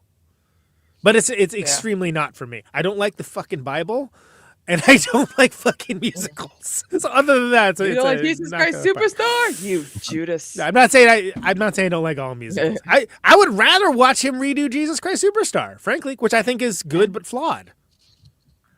But by the I way, feel like Weber hasn't made a good adaptation of a. this guy.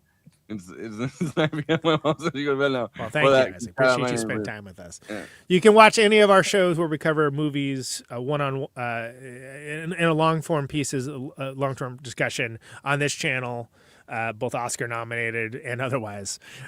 So thank you, welcome, subscribe if you like what you hear. Thank you. But yeah, Springsteen Deliver Me From Nowhere. People do have the like biopic fatigue. I think a little bit.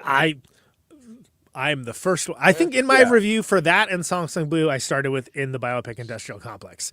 But if you're going to, and we talked about this, and we'll talk about it more, if you're going to do a musical biopic, focus on one period of time, not like tell an artist's life story. And that's what this does. And it does an okay job of it. I'll probably get fatigued over this too eventually, but I'm a big fan of biopics about people that I'm like, who? Song Sung Blue. Yeah, who? That's the other one where it's like, I don't know who that is, and they're like, "Oh, this kicks ass." Right on. There's probably a few people in the audience that are like, "Oh yeah, I remember them. Hell yeah, I love this biopic." Around here, yeah, well, sure, yeah. I mean, before my time, like local folk heroes, right? Like, oh, I saw them. I saw them play it. There's like a place in there that it was like a really funny name of the bar or whatever, but it's like I saw them play there, and it's there's two places in that movie I've been to. That's how I felt about the Springsteen thing. I was like, oh. Black Bag. I don't know what that is. That's a Soderbergh. A lot of people liked it. I don't know. He's hit or miss for me. Mickey 17. That was never gonna get nominated for. It was like universally reviled too. Like people because everyone wanted the expectation game was so high that like a movie that is just good, like it's. Everything needs to be nominated for a fucking Oscar. Yeah, right. That's the other thing. Left-Handed Girl, Die My Love, Life of Chuck. Life of Chuck did get this, but Life of Chuck. I mean, I obviously one of my favorite movies of the year. Nobody saw it. And Mission Impossible, last film or no? Yeah, the final cash grab. What do you say after Left-Handed Girl? What is that? I don't know what that is. Doesn't matter. Yeah, okay, no. Moving on. What's after that? Yeah. Die My Love. That's the Jennifer Lawrence. That's who directed that? That's Lynn Ramsey, I think. Yeah. Well, so my understanding with Die My Love, and again I haven't seen it, it is Lynn Ramsey, is that movie is good and does what If I Had Legs I'd Kick You does, but less good. Yeah. No Other Choice is an egregious diss. That seems to be what happens with every Director Park movie. And I don't get it. I thought this one might buck the trend, but nobody picked it up. And in this case, it was because it was like pretty expressly political. But it's a shame. I mean, he keeps making these banger movies that are like some of my favorites of the year and just no recognition of any kind. Yeah. It's nuts. Although, it is what it is. I feel like the Oscars are not like... It's not really... There's got to be like the Worldwide Movie Award or something that... Here's what I would say. I thought Surat's a good movie. I guess I'm glad it's in there. But I would rather have been No Other Choice. No Other Choice is the better movie. And they're very different. Also, honestly, I hate to like talk trash. The director for Surat seems like an idiot. And there's like 3 things in that movie that happen. You're like, oh my God. Like it's like shocking. But it's an interesting movie. I don't think in a very strong year for international cinema, I don't think it should have been nominated for Best International. Well, some people have come to the conclusion, and then we'll probably talk about this when they do go over Wiki, because people are like, what? I think part of the reason why Wicked for Good got shut out was because how people reacted to like the press tours. People talking shit about Ariana Grande's anorexia, the racism Cynthia Erivo was getting, like all the little like people just. Well, she's dipped out and did a people play. She's like, I want any part of this now. Yeah, and everyone's like, she should be grateful. I'm like, for what? She shut out nominations and not winning anything. She's doing a Dracula play, man. Like, what the hell? Like, I don't. And What if she did Ariana Dracula Grande- by Rob Zombie instead? How about that? Yeah. But it's just so weird that That'd like be a that good bit. incident with that. It's just so weird that the incident with that guy in Singapore, everyone's like now made like a meme out of that. I'm like, a guy jumped and attacked Ariana Grande and Cynthia Erivo like protected her. I don't know why that made some like weird, made people go like, oh, Cynthia Erivo can't, you gotta watch out when she's around Ariana Grande because Ariana Grande acts weird and shit. And I'm like, you people are just too. We can't have fun anymore, okay? Like, I don't understand. Did Wicked for Good make money? Yeah, it made like almost $1 billion at the box office. Not as much as the first one. And that's the thing too. A lot of people are like, It's expectations. the press tour. The press tour for this movie, this movie was different from the first one. I'm like, yeah, because everyone was criticizing the press tour for the first one, so they just assumed like people, we're just gonna see the movie because it's the second part of the movie. Which I get, but part still. of the movie. Yeah, it crossed. You gotta see it. Crossed 500 million in It's 15 new songs. They're terrible. 500 million in December. Okay. So egregious diss for Wicked. Egregious diss for No Other Choice. Surprise showing by F1. Clayton Davis vindicated. The cars won Zoom, as it turns out. Great. We're really pulling through for F1. He should have gotten more nominations. Yeah. Secret Agent.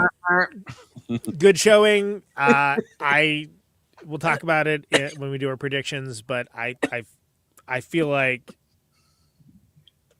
it is absolutely going to win international. I think Wagner Moura is a dark horse candidate for Best Actor, especially if there's a split between Timothée and Leo. I kind of want Timothy to get mad again for losing. Here's what I don't like, and I'm gonna put it out there this way. The Brazil fandom has been rewarded now twice in a year, twice in 2 years. Conan. Because I'm still there was the Brazilian pick as well, and I get it. They actually get excited about this kind of stuff, and I get one, but like in this case, like I'm Secret Agent being nominated for Best Picture. Okay, I would probably, if I was going with international, I liked It Was Just an Accident better. I like No Other Choice better, but okay. I mean, F1's in there. Can't get too high and mighty about it. That one, that's the one that doesn't belong. That wasn't even the best picture that week, let alone this year.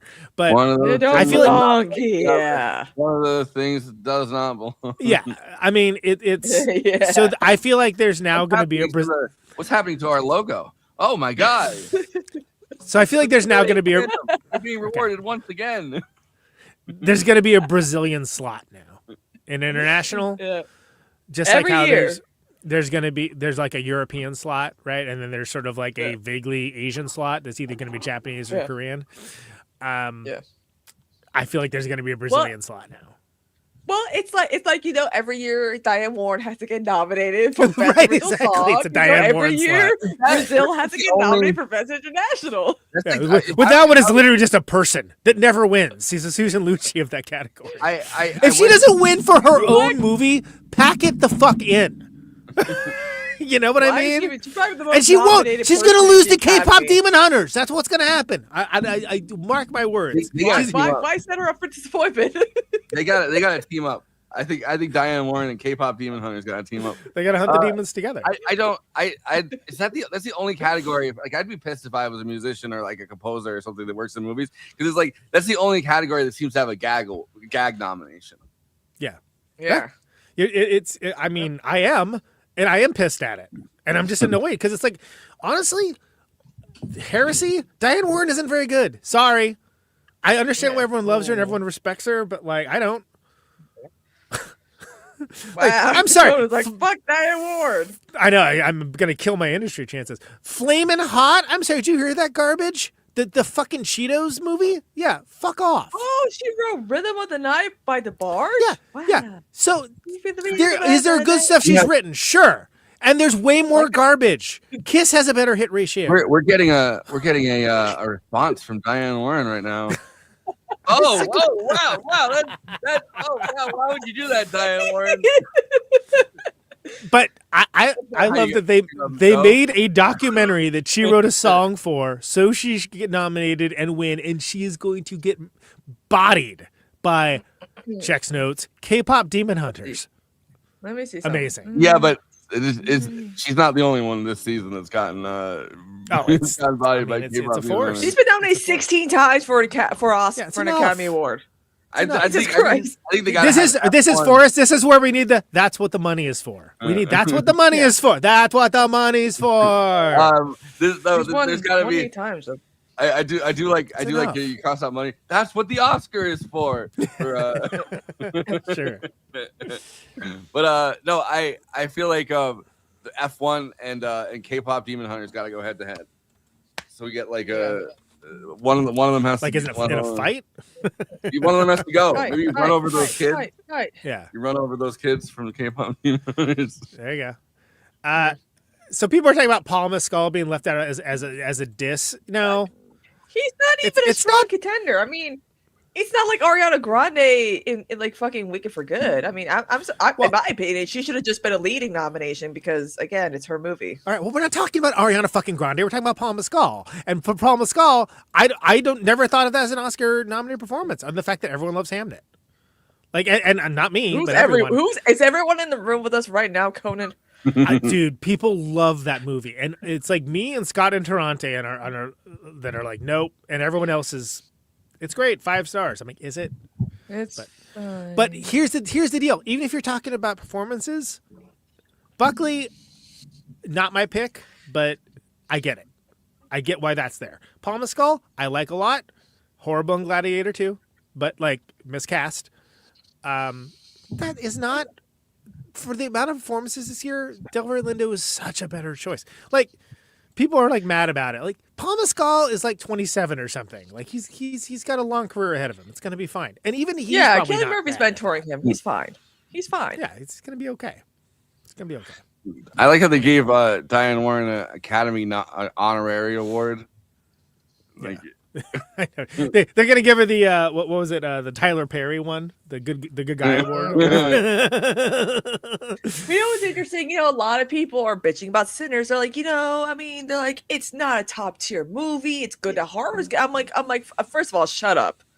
I'm tired of the From Dusk Till Dawn comparisons.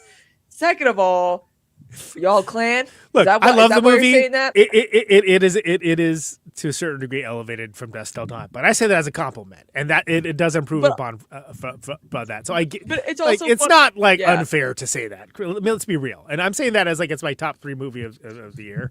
Like, it's okay for people to say that. But then there are people that are like, the movie's good until the vampires show up. I'm like, okay, then what's the point of Sammy's gift? Then they're all supposed to have a fun night to juke join and be happy. Like, what's going on here? Like, what? I don't. The only salient critiques of Sinners is on our episode, which are not really any critiques. Which aren't really any critiques. Yeah, exactly. Diane Warren nominated for her 4,600 bunch of numbers song called "Keep Up the Fight" for the movie Taco Bell. Liv Moss. I don't know. That's what I came up with off the top of my head for a Diane Warren song. So let's go over the rest of the snubs. So we talked about Ariana Grande. We talked about Paul Mescal, Guillermo del Toro. Yeah, okay. Like again, Frankenstein. Okay, it's fine that he got snubbed. He it's has not a even fucking his best directed movie. Exactly, not even close. Smashing Machine. What? How is that a snub? Well, they were saying that he was talking about Rock for Best Actor and stuff like that. So I mean, whatever. I got a makeup and hairstyling nod. Chase Infinity, dude, she's like 12.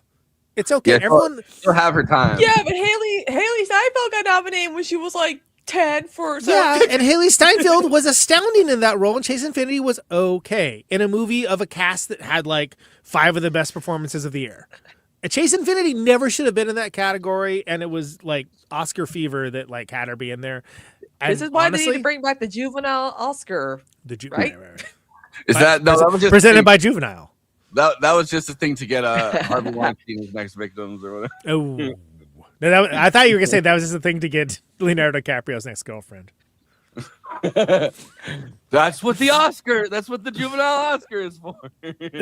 Paul Mescal, we mentioned that. Fine, that's correct. You know, that's fine. No Other Choice. That's an egregious diss. It's an egregious diss, and it wasn't. It's a strong film. It wasn't Oscar bait, but he always gets dissed. So apparently that's what happens. On this deadline list, Miley. Huh? Let her hacks in chat. Oh, okay, cool. Miley Cyrus is on the diss list. I'm sorry, who the fuck thought that was happening? I'm gonna move on. Joel Well, Edgerton. she got the Avatar song. Who gives a shit? Wow, Also, Miley Cyrus is doing just fucking fine. She's like a quadrillionaire. Quadrillionaire. Does she need a fucking Oscar for some bullshit song she hacked out? She seems cool. I would like to hang with Miley Cyrus. Does she need an Oscar? Come on. What are we doing here? No. Fuck By the way, off. there's a lot of actors that love Hamlet. That makes sense. Well, Why yeah, it's Shakespeare, right? And notably, I have a problem. Like Shakespeare's not my deal. Like the Shakespeare adaptations I like are sort of exceptions that prove the rule. So I fully get maybe it's Like Fast Learn with Romeo and Juliet Code, and I know that's like one of your top faves. It's one of the ones I dislike the least of his. Joel Edgerton dissed. Okay, I mean I thought he was great in Train Dreams, but it was a strong year for acting. You know. Okay. he's gotten to go on the podcast circuit, so he's Exactly. Tessa Thompson and Hedda. Okay, who thought that was happening? Not me. Tessa Thompson's great. I think she's amazing. I don't know. Is that that movie? Okay. So surprises. Just to recap, F1. Label me surprised.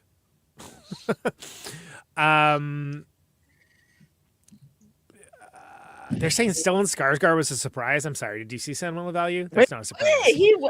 Wow. He was already winning awards. Welcome to the party. Delroy Lindo, that is a surprise. That's a pleasant surprise. That's Yeah. Delroy Lindo for Paul Mescal is good. And Woman 2 for Best Supporting for Sinners. I was like, why didn't think? I mean, a lot of people wanted her to get nominated, but it's like, why? It's like this is the thing about the Oscars. It's like, you know, they can go for no nomination, all of a sudden, bam, here's an Oscar nomination. It's like, well, finally. Deadline saying that the casting choices was a surprise. I don't think anything about that surprise. I think there was 3 of the most strongly casted movies in there. One that's a supporting cast of like basically non-actors and background people, and that was the point, which would be Secret Agent, and Hamnet, which everyone loves Hamnet.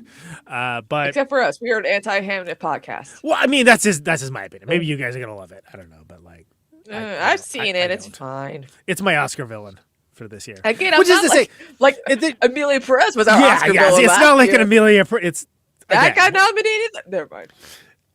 exactly. So, Is it Conan O'Brien hosting the Oscars this year? Conan O'Brien is hosting the Oscars this year. Yes. So no other choice getting dissed. Oh wow. So I know it's actually me. Yeah, it's a weird way to announce it, but yeah. So yeah, they I think I got his invite. I don't know, like whatever. I just didn't question it. No other choice being dissed sucks, but I kind of saw that coming. Other than that and F1, most of the surprises were good. I kind of saw it happen with Wicked Forget. I didn't think it was going to get a complete shutout, though. That's crazy. Yeah, I thought it was just gonna get like makeup and costume, and I wasn't even gonna think it was gonna get like original song. I was like, the makeup and the costume, but then I was like, maybe set, no, nothing. So, all right. Well, that's all I got to say about it. I'm tired. Yeah. Everyone's tired, and somehow we really weren't as cranky as we could have been this time. I probably It could have been a crankier. lot worse. Yeah. Well, Yeah. I'm drinking my café right now. Yeah. Well, I that's thought you were gonna say I'm drinking right now, and I was gonna be like, damn. damn, girl. I gotta clean the house later, so Yeah, we're doing Tomorrow at 1 p.m. we got Adam McKay coming on. It's Nights of Cabiria. Nights of Cabiria. We got a great Excited. show for you. Train Dreams is going. Yeah, K-pop yeah. Demon Hunters. K-pop Demon Hunters. Do it. See, this would be where I drop the Oscars, the opera singer movie that I already forgot what it's called. Viva Vende. Oh, Viva Vende. Yeah, Anyway, I used to be one of the no greatest Castratos tenors. are on this stream. I used to be one of the greatest tenors of all time, but now I can barely sing because my voice has been taken over by drinking cigarette protein shakes to stay I on. thought you were saying by K-pop Demon Hunters. K-pop. Demon Hunter. I mean, that was Sung to the suit of Jesus Christ Superstar, apparently. K-pop Demon Hunter. K-pop opera hunters. There You we know are, what? everyone. You know what? That's I why we think- don't do this you in know the what? morning. Maybe we should. You know what? I honestly think our Oscar month will be good because I feel like it's good because, like, we're doing movies that are nominated plus one snub. I think we should keep doing that every year. Sure. We got to include it international though, and we'll talk about that. Probably Secret Agent, but Yeah. I can't wait to see. I can't wait to see Diane Warren lose to K-pop Demon Hunters. I just Are they Diane just Warren, contractually Oscar obligated nominated to nominate for her? the fight for the movie. I'm gonna assume that's what the song sounds like, by the way, because I'm not gonna watch that shit. There's no way. There's no fucking Conan, way. I have to tell you this. You were absolutely right. That's exactly what Sounds that exactly like it. I nailed it, actually. We're also going to be doing Michael Mann's Thief with Josh Olson of The Movies That Made Me, screenwriter for History of Violence, The West Wing Thing. Josh Dugan is a big fan of that one. That's Tuesday. So those are the two next episodes coming up. And then it's Oscars, baby, all the time, always. Oba, One Bad After Another with Eileen Jones is kicking it all off. And we'll be announcing our coverage. And then in the after parties, we're going to do our actual predictions. So not just the three of us on screen, but our featured guests and beloved friends will be, a lot of them will be coming on. We'll be announcing that. Join us for those. Put your predictions in the chat. Should be interesting. It usually is. Christina beat me by 1 point. Was that last year? That was last year, right? Yeah. Yeah, I can't. Because you said I don't Emma know how I Stone was got it. going to win, and I said it was going to be oh my god, I can't Lily even think Gladstone. of Lily Gladstone. No, it was the year before. That was the year before. What was last year? Emilia Perez year. Who won that year? I don't think it was anybody on screen. You know what? Yeah, tune in. We'll calculate the ballots. I'll tell you who won. I don't remember. I know I've never won. Some white woman, but I think. I don't know. Christina won 1 year. I think Lauren won. Lauren Chenard Yeah. won last year.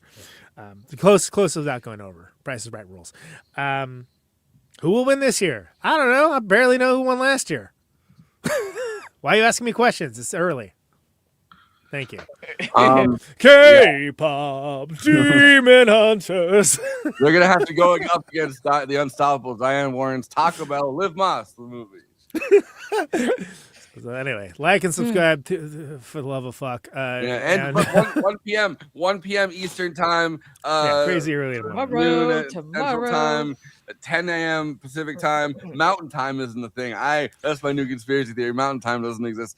But I don't 1 p.m. Eastern time. somebody's talking shit to me from Colorado. They're like, mountain time exists, man.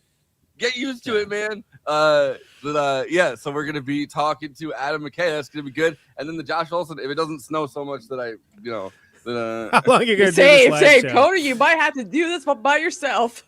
I know, right? How long are you guys gonna do this live show? That's a question I've been asking myself the last 1 hour and 52 minutes. Oh, the train's coming. Gotta get off screen. That's what the train dreams are for. The train dreams are the dreams we made along the way. This is how I Right feel on, about Pete. Wicked. This is how I feel about Wicked getting shut out. So, Man after my own heart. It turns out that Best Actor F1. What? That's a movie. How's that? Is it Brad Pitt in that movie? I feel like they're I like, think it yeah, Brad Pitt. I mean, hey, Only got Well, snubbed. the crowd seems to really love F1. Oh wow, I think again. Wow. Apparently, it's the most money a Brad Pitt movie's ever made. It's, that's what the money is for. Me. That's what the money is for. You don't need to be Oscar nominated. Yeah, you know what? All right. Anyway, tune in tomorrow with Adam McKay. My favorite Fellini movie, and I think his favorite Fellini movie too. So that's Yeah. cool. And it's the Well, one you know how Fellini many movie. people- He has his 14 movies everyone should see list. That he and It's on that Mo list, Farah that's both right. made for Funny or Die. The website they started. Yeah.